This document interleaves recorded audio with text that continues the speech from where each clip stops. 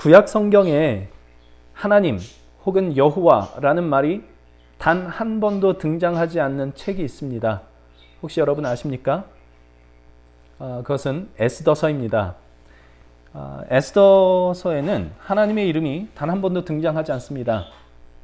그러나 그 이야기 속에, 그러니까 하나님의 백성을 몰살시키려던 하만과 그것을 막기 위해 목숨을 내놓은 모르드게와 에스더의 이야기, 그리고 결국 하나님의 백성을 멸망시키려던 그 악한 세력이 나무에 달리는 그런 형벌을 받게 되는 그 에스더서의 그 이야기를 읽으면서 우리는 하나님의 일하심을 보게 됩니다. 그렇지 않습니까? 하나님의 이름이 단 한 번도 등장하지 않지만 하나님이 거기에 계신 것을 그 이야기 속에서 발견하게 됩니다. 중요한 것은 하나님의 이름을 언급하느냐 하지 않느냐 하는 것이 아니고 그 이야기 속에, 그 역사의 이야기 속에 하나님이 스며들어 있느냐 하는 것이 중요하죠. 우리의 삶의 이야기가 그 하나님께서 일하시는 세상의 이야기냐 하는 것이 라는 의미가 하나님의 이름이 한 번도 등장하지 않는 이 에스더서에 있다고 할 수 있겠습니다. 왜 이런 말씀을 드리느냐 하면 제가 말씀을 준비하기 위해서 계속해서 사도행전 18장을 묵상을 하면서 이 말씀 속에 어떤 복음의 내용이 있을까라는 것을 계속해서 생각을 했는데 이 사도행전 말씀을 계속 묵상하다 보니까 복음의 내용을 이야기하는 것, 복음이 어떤 것이다라는 것을 이야기하는 것, 이것도 매우 중요하지만 그보다 훨씬 더 중요한 것은 이 복음이 삶을 해석하고 복음이 삶을 규정하고 그러한 삶 가운데 복음이 드러나는가 하는 것이 더 중요하겠다라는 생각을 하게 되었기 때문입니다. 하나님의 이름을 언급하느냐 하지 않느냐 하는 것이 아니라 그 역사와 삶의 이야기 속에 하나님이 계시느냐 계시지 않느냐 하는 것이 정말 중요한 문제였던 것처럼 예수님의 이름을 입에 올리느냐 아니냐, 예수의 복음을 말하느냐 말하지 않느냐 하는 것이 문제가 아니라 우리의 삶의 이야기가 예수와 예수의 복음의 근거를 둔 것이냐 하는 것이 정말 중요한 문제겠다라는 생각을 하게 된 겁니다. 지금 우리가 읽고 있는 이 부분은 사도 바울이 2차 전도 여행을 하고 있는 중에 있는 일입니다.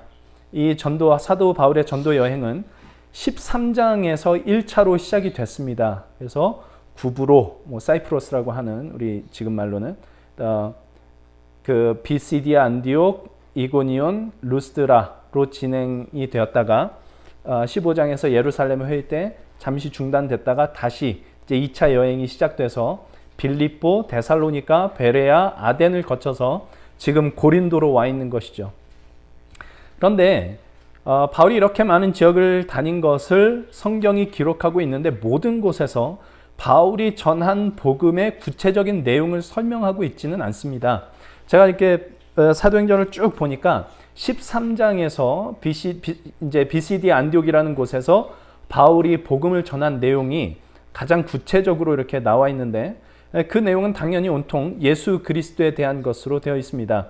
예수가 곧 하나님께서 약속하신 메시아다. 예수가 곧 그리스도시다라는 것과 예수 그리스도의 부활, 예수 그리스도로 인한 죄사함을 받고 의롭다 하심을 얻는 것, 그것이 곧 내가 전하는 복음이다라고 바울이 선포하고 있는데 그 13장에서 BCD 안디옥에서 그렇게 전한 복음의 내용이 구체적으로 나온 뒤로는 바울이 전한 복음이 그렇게 구체적으로 이렇게 나오진 않습니다. 내가 전하는 복음은 바로 예수가 그리스도시다라는 이 하나로 한 문장으로 그냥 이렇게 그 요약을 하든가 바울이 예수와 부활을 전했다라는 식으로 이렇게 간단하게만 나오지 복음의 내용이 이렇게 구체적으로 진술되지는 않습니다. 아마 실제로는 바울이 정말 자세하게 성경을 풀어서 복음을 전했을 텐데 사도행전 기록에는 그게 나오질 않았다는 얘기죠. 왜 그럴까? 이걸 곰곰이 생각해 보니까 사도행전이라는 이 책이 갖고 있는 관심은 이 사도행전이라는 이름, 영어로는 Acts죠. 이 제목이 암시하는 것처럼 복음의 내용 자체보다 복음이 어떻게 실제 삶 속에서 구현되며 이 세상 가운데 어떻게 움직여갔는지에 대한 관심이 더 크기 때문이겠다 싶은 생각이 들었던 겁니다. 그것이 지금 바울의 전도 여행의 그 이야기 속에 지금 그려지고 있는 거죠. 그래서 지금 바울의 전도 여행 이야기에서 보여주고 있는 것은 그가 전하는 복음이 바울의 전도 여행 속에서 또 그가 만나는 사건 속에서 어떻게 구현되고 그 복음이 진전되고 움직여가고 있는가, 액트하고 있는가 하는 것이기 때문에 바울이 전한 복음의 내용이 그렇게 상세하게 나오고 있지는 않는 것입니다. 그 관점으로 지금 바울과 그리고 아굴라와 브리스길라 이 부부가 만나는 이 내용이 18장에 기록이 되고 있는데 이 이야기를 그 관점으로 다시 한번 생각해 봤습니다. 지난주에도 잠깐 언급했는데요. 바울이 고린도에 머무른 시간이 11절에 보면 18장 11절에 보면 1년 6개월을 머물렀다라고 나옵니다. 그 1년 6개월을 바울이 아굴라 브리스길라 부부와 함께 살며 동역했다는 거죠. 한 주 내내 이걸 계속 곱씹어 봤습니다. 그때 바울과 이 아굴라와 브리스길라 부부가 1년 6개월을 어떻게 보냈을까? 그러니까 물론 결론적으로는 후에 바울이 이 아굴라 브리스길라 부부에 대해서 언급하기를 이 사람들은 나를 위해 목숨까지 내놓은 사람들이었다라고 로마서 16장에 이제 이렇게 나오는데 그렇게 칭찬을 하는데 우리는 사람과의 관계가 그렇게 간단하지 않다는 걸 잘 알죠.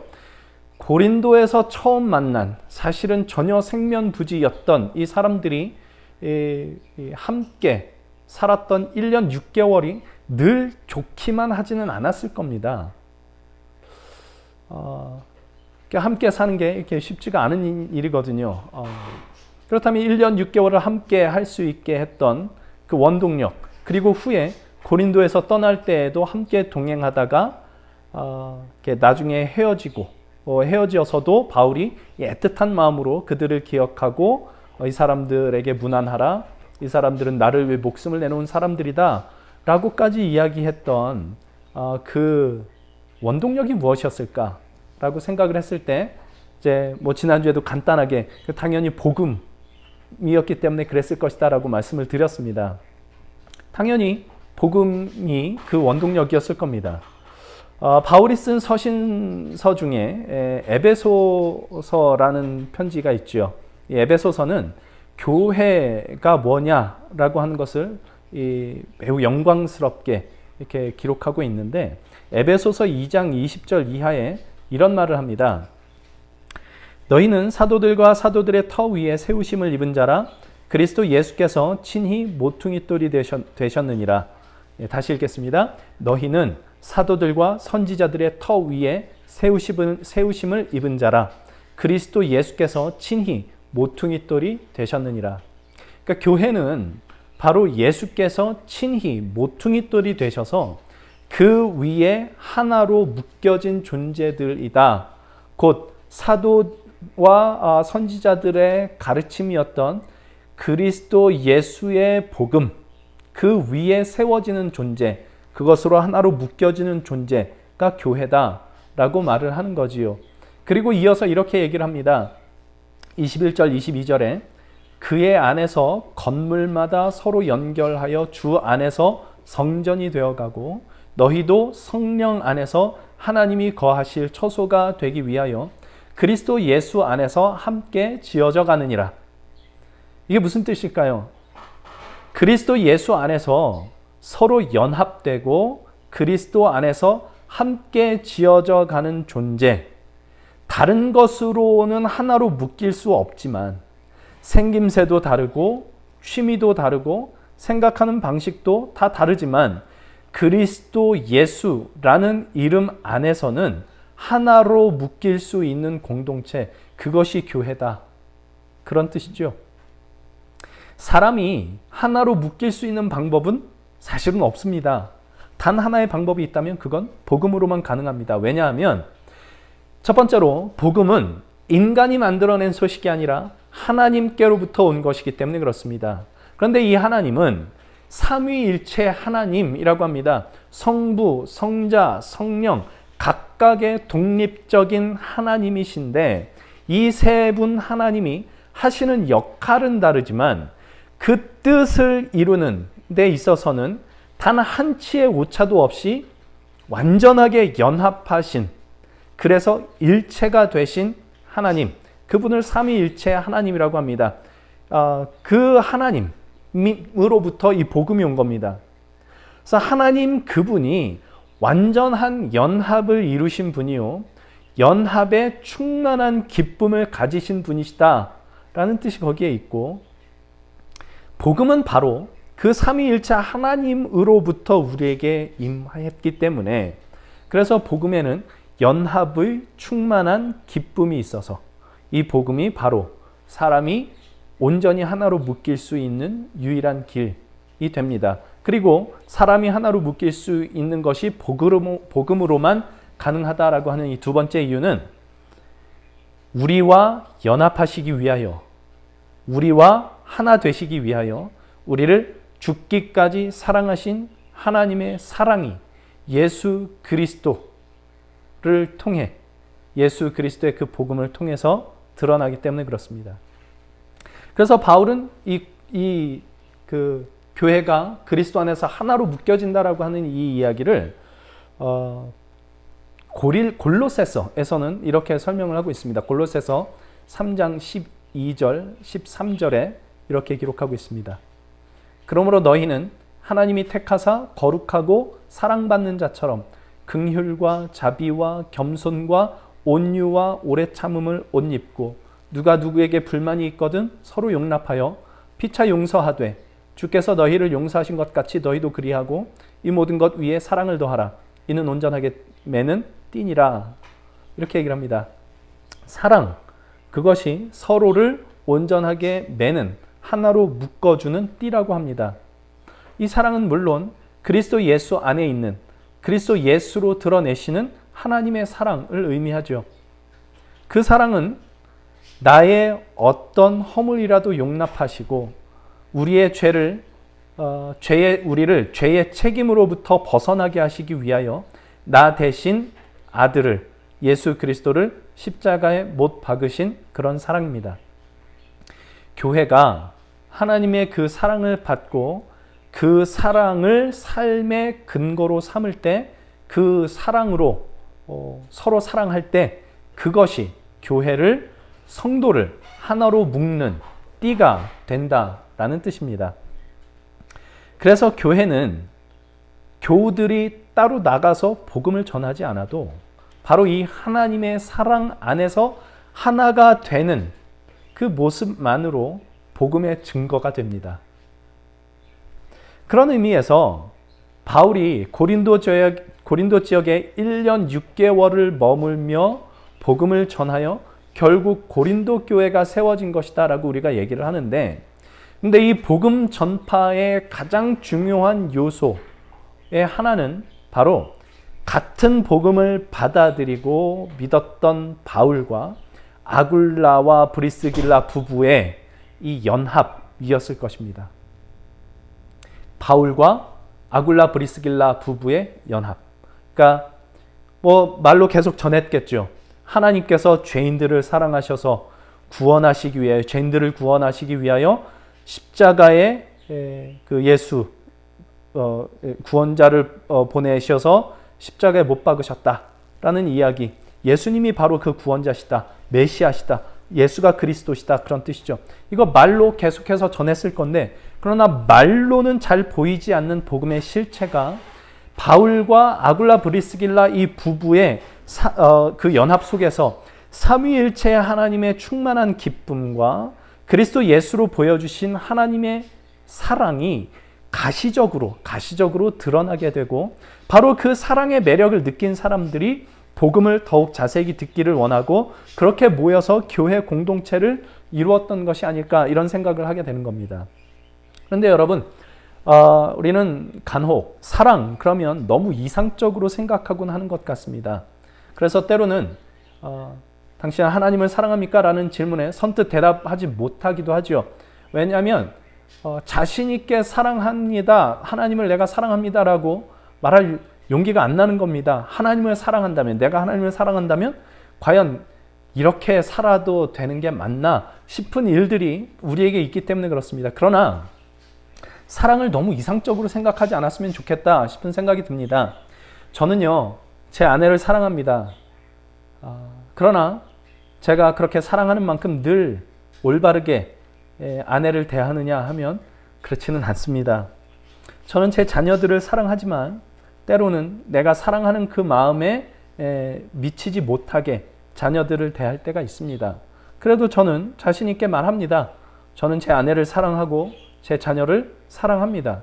그건 제가 완벽하게 아내를, 이 아이들을 사랑할 수 있기 때문이 아니고 때로는 실수하고 때로는 잘못하기도 하지만 그때마다 내가 잘못한 것 인정하고 다시 돌이켜서 사랑하기로 하는 마음, 그 마음이 저에게 있기 때문에 그렇습니다. 하나님을 사랑한다는 것, 하나님을 사랑하는 것만큼 우리가 완벽하게 살지 못할 겁니다. 아마 평생 그럴 겁니다.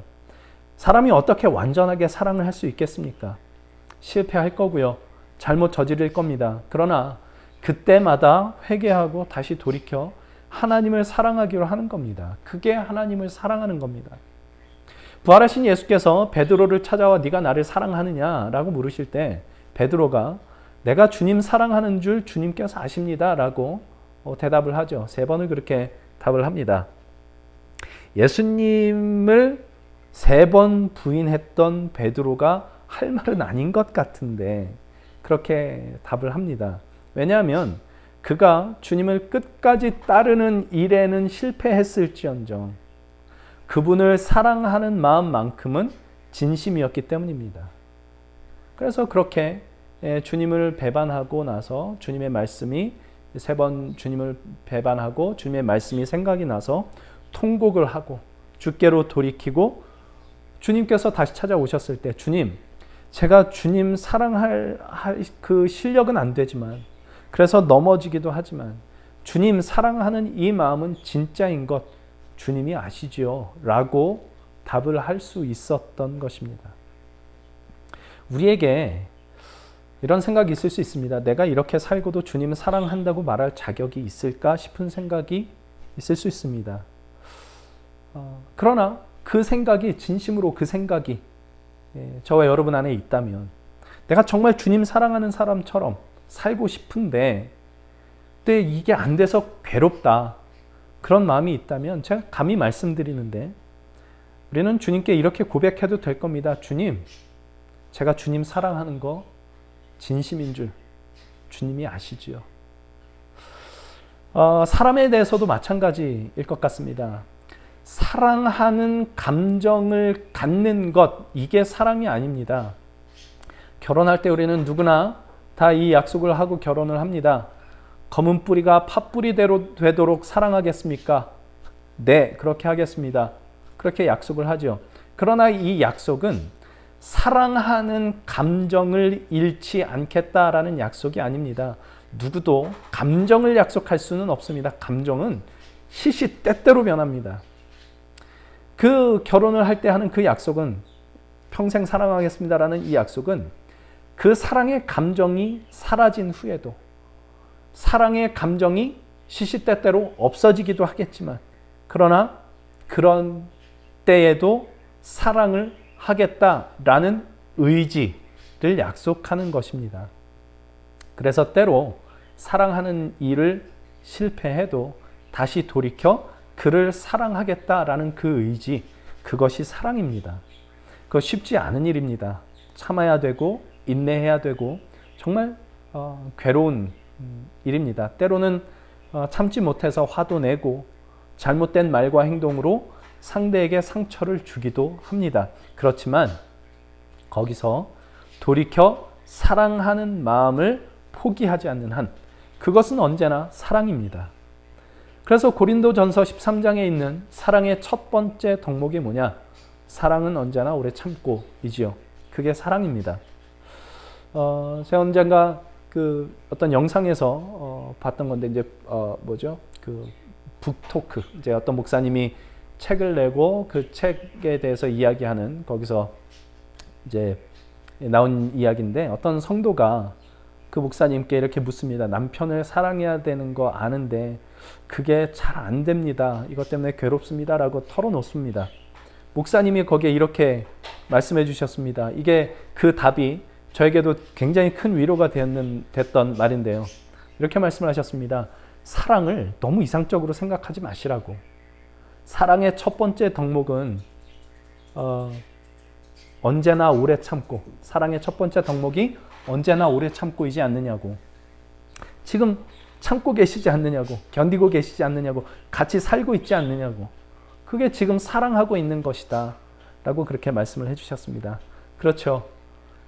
우리는 아름답게만 사랑하지 않습니다. 참고 견디는 사랑이 훨씬 더 많습니다.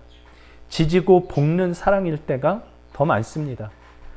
그때마다 그리스도의 십자가를 붙들지 않고는 할 수 없는 그런 사랑일 때가 훨씬 많습니다. 실패처럼 느껴지는 그런 사랑이 훨씬 많습니다. 그렇지만 포기하지 않을 때, 참고 견디고 인내하고 있을 때, 넘어졌을지라도 실패했을지라도 다시 돌이켜 사랑하기로 할 때 우리는 사랑하고 있는 것이고, 그렇게 할 때 우리는 조금씩 그리스도의 사랑을 배우는 것입니다.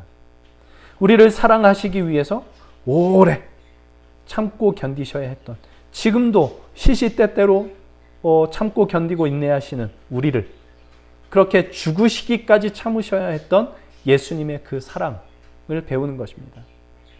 아굴라와 브리스길라 부부와 바울이 1년 6개월 동안 지내면서 왜 갈등이 하나도 없었겠습니까?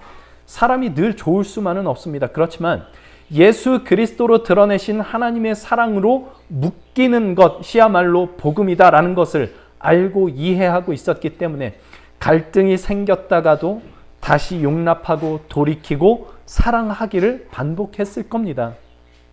복음이 그것을 가능하게 하는 것입니다. 그리스도 예수 안에 드러난 하나님의 사랑 말이죠.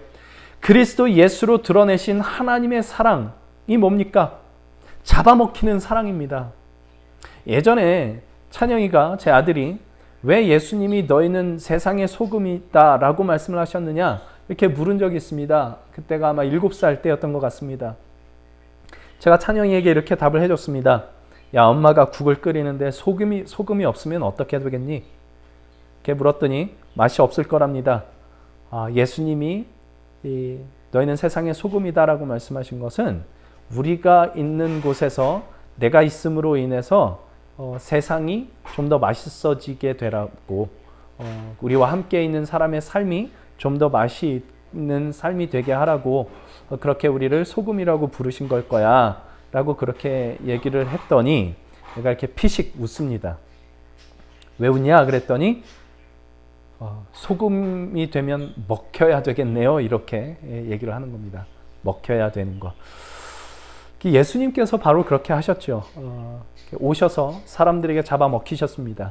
죄인을 구원하시기 위하여 죄인들의 손에 넘겨져 십자가에 달려 죽으십니다. 그렇게 사람들에게 잡아먹히셔서 사람의 인생을 풍성하게 맛깔나게 하시는 것, 그것이 구원이고 그것이 복음입니다. 복음이 그리스도의 그 사랑을 우리로 하여금 나누게 합니다. 그리스도의 그 사랑을 나눈다는 것은 무엇입니까? 그렇게 잡아먹히는 거죠. 예수님처럼. 내 주장, 내 욕심, 상대가 내 마음에 들기를 바라는 마음, 이런 것 이제 다 내려놓고 상대에게 먹히는 것입니다. 바울이 로마서 16장에서 아굴라와 브리스길라에게 무난하라라고 얘기를 하면서 그들이 나를 위해 목숨까지 내놓았다라고 그렇게 얘기를 하는데, 이 아굴라와 브리스길라가 정확하게 어떤 일을 해서 그 목숨까지 내놓는 일을 했느냐라는 것이 정확하게 기록이 없어서 잘 모르겠습니다만은, 아굴라와 브리스길라가 진짜 이렇게 목숨을 내놔야 했던, 생물학적 그 생명을 내놓아야 했던 어떤 상황 속에서도 바울을 도왔다라는 그런 뜻일 수도 있고, 어쩌면 제가 생각할 때는 바울과 살며 동행하는 것 자체가 그들이 목숨을 내놓은 것이 아니었을까? 이런 생각을 합니다. 바울이 만만한 사람이 아니었거든요. 2차 전도 여행이 시작되기 직전에 바나바와 바울이 심하게 다투고 갈라섰던 적이 있습니다. 그때 왜 싸웠냐면 마가라는 청년을 데리고 가냐 마냐 하는 문제로 심하게 다툰 거였죠. 이 마가라 하는 청년이 함께 전도 여행을 하는 중에 이전에 책임감 없이 무리에서 이탈한 적이 있었고요. 바울은 그런 마가를 다시 데려가는 게 옳지 않다 이렇게 얘기를 하고, 바나바는 그래도 하나님의 일을 하겠다는데 다시 기회를 줘야 되지 않겠나, 그래서 심히 다투고 갈라섭니다. 그러니까 바나바가 누구냐 하면 원래 이름은 요셉입니다. 근데 바나바는 사도들이 붙여준 별명인데 위로의 아들이라는 뜻이죠. 그만큼 그 바나바라는 이 사람은 그 사람의 존재 자체만으로 하나님의 위로가 되는 사람이고, 실제로 바울이 회심하고 난 다음에, 회심하기 전에 바울이 교회를 막 핍박했지 않습니까? 예수 믿는 사람들을. 그러니까 바울이 회심하고 나서도 이 사도들이 또 교인들이 이 바울을 계속해서 의심의 눈초리로 보는 겁니다. 그때 바울을 사도들에게 데려가 사도들과 이렇게 만나게 하고 화해하게 하고 이렇게 했던 사람이 누구냐면 이게 바나바였습니다. 그리고 1차 전도 여행을 내내 같이 했죠. 얼마나 많은 순간을 그렇게 바나바와 함께 하면서 바나바와의 정을 쌓고 그렇게 했겠습니까? 그러면 어지간하면 바나바의 말을 좀 들어줄 만도 한데, 바나바가 뭐 아주 나쁜 얘기를 하는 것도 아니고 하나님을 일을 하는데 같이 데려가자 얘기를 하는데, 어지간하면 바나바의 말을 들어줄 만도 한데, 좋게 말하면 강직한 성격으로, 좀 안 좋게 말하면 자기가 옳다, 자기만 옳다라고 주장하고 고집을 피웠던 사람, 그가 바로 바울이었던 겁니다.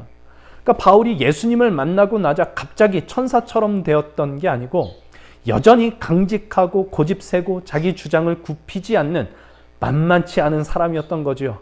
그런 바울과 1년 6개월을 한 것입니다. 함께 한 겁니다. 아굴라 브리스길라가. 여러분, 이 당시에 바울이 여러분의 달목사로 왔다고 한번 생각을 해보세요.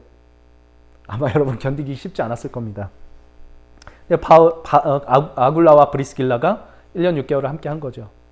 물론 바울과 그 바울이 전하는 그 복음을 나누는 것은 좋았겠지만, 바울의 그 성격이 어디 가진 않았을 겁니다. 만만치 않았을 겁니다. 그 성격 다 받아주면서 사는 거. 1년 6개월 동안. 그럼에도 불구하고 예수께서 자기를 내어주신 그 사랑 안에서 확 관둬버릴까 싶다가도 다시 돌이켜 복음을 위하여 오래 참고 연합하고 동력하고 사랑했을 겁니다. 바울이 나중에 이제 이 시간이 지나서 그때를 돌이켜 보니, 야, 이 사람들이 정말 나를 위해 자기를 내어준 거였구나 싶은 생각이 들어서, 그래서 로마서 16장에서 이들이 나를 위해 목숨을 바쳤다라고 말한 것이 아니었을까, 제가 그냥 그렇게 생각을 해본 겁니다. 물론 이 사이에 바울도 아굴라 브리스길라라고 해서 늘 천사 같은 사람들 아니었겠죠. 바울도 참고 견디고 서로 맞춰가는 그 연습했을 겁니다. 아무튼 그렇게 1년 6개월을 함께 살면서 생면부지의 사람들이 함께 그렇게 살 수 있었던 건 바로 그 복음 때문이었을 거고요.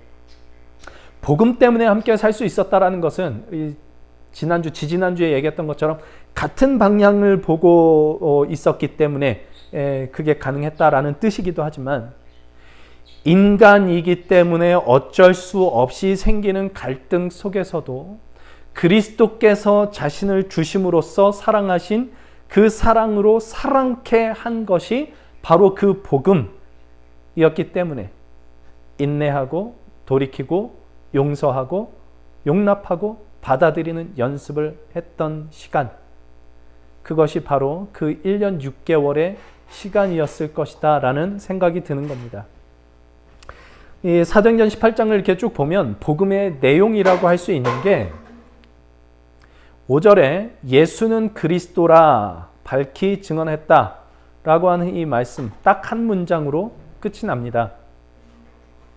그렇지만 바울의 행적 속에 아굴라와 브리스길라를 만나고 함께 살고 동역하는 그 이야기 속에는 자기를 그리스도 예수 안에서 자신을 내어주신 하나님의 풍성하신 사랑의 복음이 이미 면면이 그렇게 흐르고 있었던 거죠.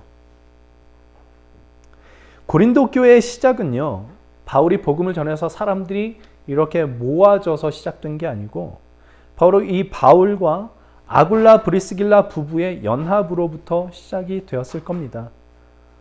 그리고 그러한 교회의 사랑과 연합이 복음을 가시적으로 증거하고 있었고, 그것이 고린도의 많은 사람들을 그리스도의 복음 앞으로 인도했던 것일 겁니다. 흥미로운 답을 한 것을 들었습니다. 이 바이러스가 중국에서 시작이 됐는데 어느 순간 전 세계가 다 감염되었지 않느냐 하는 거죠. 이건 이전 같으면 한 지역 사회에서 머물다가 끝날 질병이었겠지만 지금은 이전 같으면 그런 질병이었을 텐데, 한 지역 사회에서 끝났을 텐데, 지금은 과학과 교통수단의 발달로 전 세계가 이미 하나가 되었기 때문에 그렇게 된 것, 그 모두가 그렇게 감염이 된 것이다 라고 이렇게 얘기를 합니다. 따라서 다른 사람이 어떻게 되건 말건 나만 괜찮으면 된다라고 말할 수 없는 그런 세상이 되었다라는 거죠. 누군가 잘못되면 나도 잘못되는 거고, 내가 잘못되면 다른 사람들도 잘못되는 그런 세상이 되었다는 것입니다. 근데 사실 그거는 본래 인간의 모습입니다. 세상에 나만 괜찮으면 다 괜찮아 라고 말할 수 있는 사람은 없습니다. 누군가의 고통과 아픔의 문제가 반드시 사회에 영향을 끼치게 되어 있고, 그것이 나에게도 어떤 식으로든 영향을 끼치게 되어 있습니다. 그게 이번 코로나 사태, 이 코로나 바이러스 사태로 분명하게 드러난 것일 뿐일 거라고 저는 생각을 합니다. 그러니 이 문제의 해답은, 지금 이 코로나 바이러스의 해답은 빨리 코로나 바이러스가 사라지는 게 해답이 아니고요. 이게 사라지면 오히려 또 사람들은 망각하고 살 겁니다. 우리는 서로가 필요하다. 서로에게 서로가 사랑을 나누고 서로를 돌보고 해야 되는 이런 것들이 필요하다는 걸 또 망각하게 될 겁니다. 지금 이 코로나 바이러스 사태로 나타난 이 모든 문제들의 해답이 코로나 바이러스가 빨리 사라지는 게 아니라 사랑의 연합이라는 것에 있을 겁니다. 누가 아파하면 같이 아파하고, 필요한 것이 있으면 돕고, 내 것 조금 희생해서라도 내 이웃 돌보고 하는 이 사랑의 연합이 바로 지금 우리가 직면한 문제의 해결책일 겁니다. 이걸 누가 할 수 있겠습니까? 예수를 믿는 자, 복음을 받아들인 자만이 할 수 있습니다. 복음을 말하는 자가 아니라 복음을 내면화하는 사람이죠. 예수께서 이렇게 말씀하시지 않았습니까? 내 피를 마셔라, 내 살을 먹으라. 예수를 믿는다는 것은 그리스도 예수가 내 살과 내 피와 내 세포 하나하나에 스며들게 하여 삶 하나하나가 예수 그리스도로 말미암는 그런 삶을 살기로 하는 것입니다. 교회는 바로 그렇게 복음을 증거하도록 부름을 받습니다. 말로 전하는 것도 물론 중요하고요. 바울과 아굴라 브리스길라가 그 부부가 고린도에서 서로 연합하는 것으로 가시적으로 보여주었던 그 복음처럼 교회가 그렇게 하도록 부름을 받는 겁니다. 성도 여러분, 여러분은 누구십니까? 저는 제가 바울과 같다고 하기는 좀 그렇지만 바나바와의 의견 충돌로 헤어졌던 그 까칠함만큼은 바울과 같다고 할 수 있을 것 같습니다. 저 괜찮은 사람인 줄 알았는데 전혀 괜찮지 않은 사람이라는 거 계속해서 깨닫고 있습니다. 저 정말 괜찮지 않은 사람인데, 그러니까 그 까칠했던 바울 곁에서 1년 6개월을 함께 동역했던 아굴라와 브리스길라를 생각할 때 성도 여러분이 저에게 아굴라와 브리스길라 같은 분들이라는 생각이 듭니다. 지금까지 정말 부족한 저와 함께 해주셔서 감사드리고요. 아마 바울도 그 까칠함을 복음 안에서 고쳐가지 않았을까 싶은데, 나는 날마다 죽노라 이렇게 고백하지 않습니까? 날마다 죽어야 이렇게 되는 그런 사람이었다고 고백을 하는 거죠. 그게 바울이 그가 예수 그리스도 안에서 만났던 그 복음을 그 안에, 그의 삶 안에 내면화하는 작업이었을 겁니다. 저도 시간은 걸리겠지만 그리스도를 먹고 마심으로, 그리스도와 함께 죽기로 함으로, 죽었다 또 살아나고 하는데 그때마다 다시 죽기로 그렇게 함으로 그렇게 그리스도의 복음을 제 안에 내면화하는 작업을 매일같이 해나가야 되겠다 생각을 하고 지금 그렇게 열심히 애쓰고 있습니다. 이런 것들이 우리 안에서 함께 연습이 되고 함께 자라가다 보면 하나님의 사랑의 흔적들을 서로에게서 보게 되는 그런 기쁨의 공동체가 되지 않을까 그런 생각을 하게 됩니다. 그리고 그 사랑을, 그 기쁨을 밖에 있는 사람도 보게 되지 않을까? 저 정말 기쁜 사람이 되고 싶고요. 주님의 말씀 안에서요. 복음 안에서. 그것이 제 안에서 이렇게 좀 흘러나오는 사람이 됐으면 좋겠습니다. 그리고 여러분들도 그런 사람이 되면 좋겠다 싶은 생각을 합니다. 그것이 예수의 복음이 우리에게 가져다 주는 가장 큰 복이요 선물이며 나의 죄악된 옛 자아로부터 벗어나는 구원의 길이죠. 복음, 구원은 죽어 천국 가게 하는 게 아니라 이 땅에서 정말 기쁨으로 살아가게 하는 것이다라는 것 계속해서 생각하게 됩니다. 그 구원의 길이 결국 세상 사람들과 더불어 하나님께서 다스리시는 하나님의 나라를 함께 누리는 대로 또 우리를 인도해 갈 것입니다. 내가 속한 가정이 그렇게 될 수 있고 우리 갈보리 교회가 그렇게 될 수 있습니다. 우리가 복음을 내면화할 때, 끊임없이 내면화할 때, 우리 이거 하기 싫어합니다. 우리의 본성은 그거 좋아하지 않습니다. 그렇지만 여기에 정말 큰 복이 있다는 것 믿고 그 복음을 우리 마음 가운데 자꾸 내면화할 때 그 일 일어날 수 있습니다. 그리고 그런 우리들을 보는 자마다 그 사랑을 우리가 마음에 새긴 복음을 궁금해할 겁니다. 그때 우리 분명하게 답 줄 수 있을 것 같습니다. 기쁘게 내가 예수님을 믿습니다. 예수님 그분이 답입니다. 그 길 우리 함께 가며 이 땅 어디서든지 아굴라와 브리스길라가 되고 또 바울이 될 수도 있고요. 그렇게 하나님의 나라를 누리고 그 나라를 다른 이들과 함께 더불어 나눌 수 있는 저희들 될 수 있으면 얼마나 좋을까 이런 생각해 봅니다. 복음이 우리 안에 주어졌습니다. 이것을 내면화하는 것, 이거 우리에게 가장 시급하고 가장 필요한 일일 겁니다. 그것이 우리에게도 복이 되고 이 복을 다른 사람들과도 나누는 정말 복된 길이 거기에 있습니다. 우리의 모든 삶이 그렇게 우리에게 주어진 복음을 내면화하는 이 일에 힘쓰는 저 여러분의 삶이 될 수 있기를 주님의 이름으로 소망합니다.